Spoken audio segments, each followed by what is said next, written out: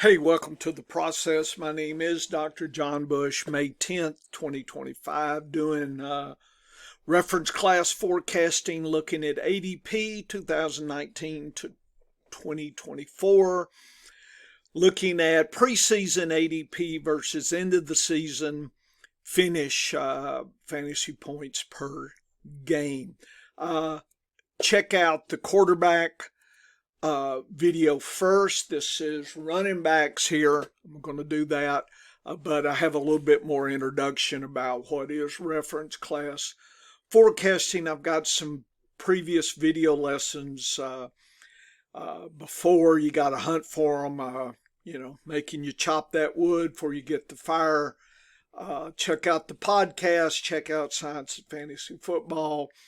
Very few of you will actually listen. So I hope that I help the ones that will take the time to get a little deeper.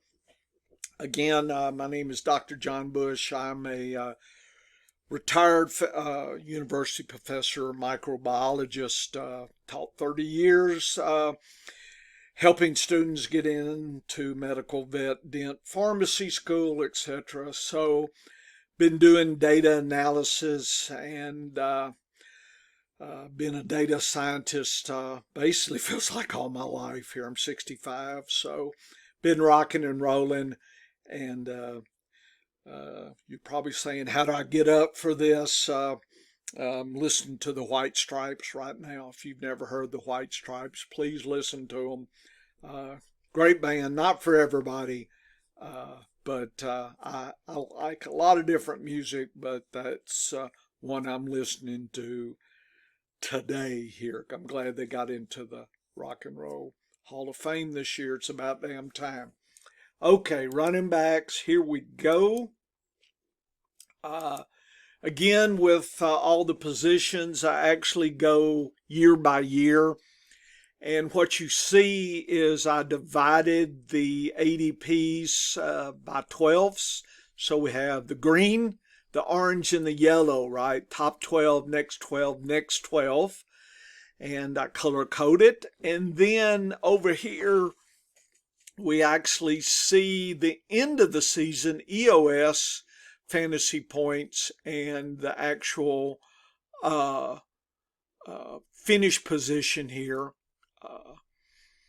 You can check that out. But anyway, Saquon Barkley in 2019 ended up preseason. He was first. He was seventh.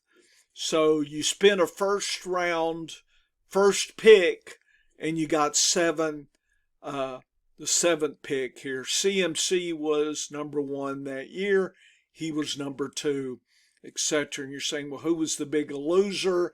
David Johnson that year was, he was the fifth best. He returned you 31st best. Rut-row. You lost some money there. Le'Veon Bell was sixth. He returned 20th. So there were some losers and winners. You can check that out each year. I've got all the different years here. I'll try to put these figures for you to study and look. Compare your diary. See what's what. And again, we're looking for what's been done in the past. What is the expectation of ADP for you, right? You've got to be able to beat the crowd, okay? You've got to. So you've got to find where you're good at, what position, and go for it. Play to your strengths, right? You try to manage your weaknesses, but you play to your strengths. If you don't look and do a diary and look at your own game, your own handicapping yourself, you will never know your strengths and weaknesses. And a lot of our society, we spend a lot of money and time trying to let people soar with their weaknesses and manage their strengths. They do exactly opposite. And if you think I'm talking about education, you're right.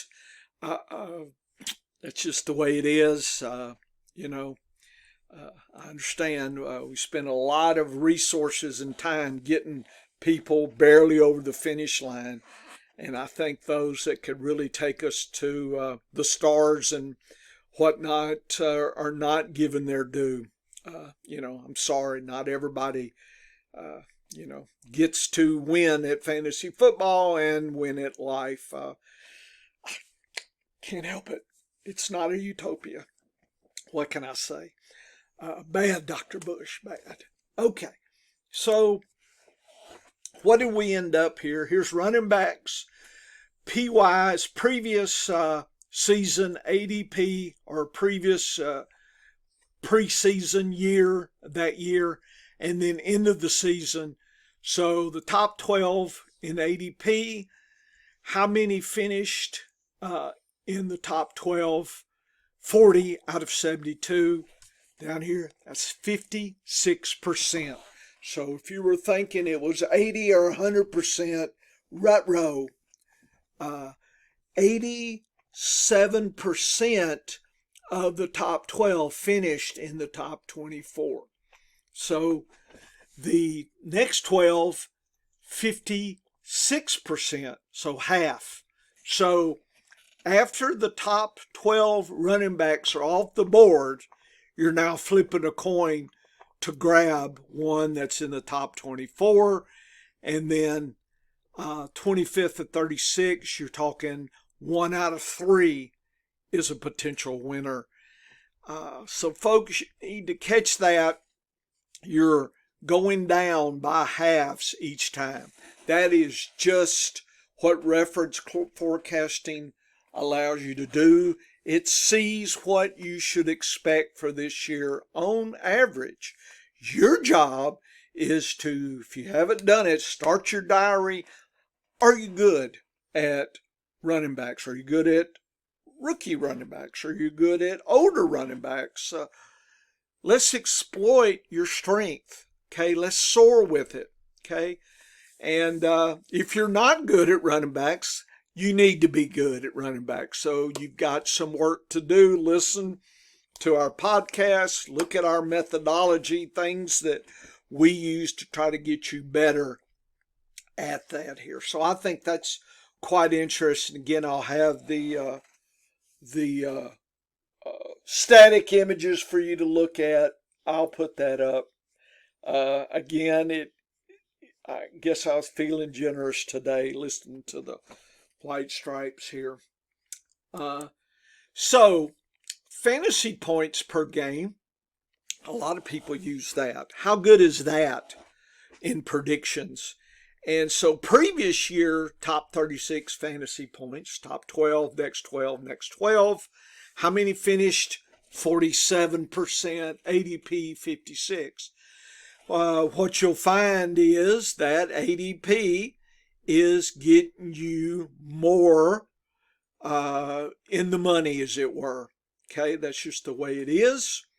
But notice, fantasy points get 23%, 25%.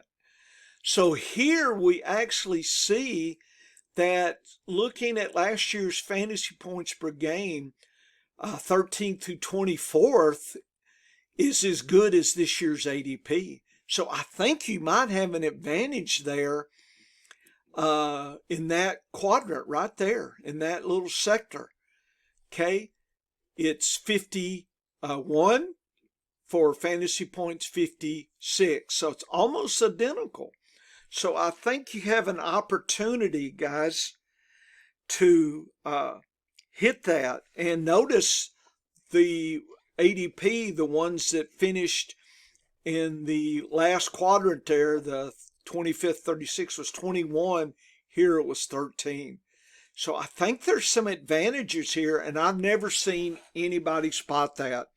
Okay, never, ever.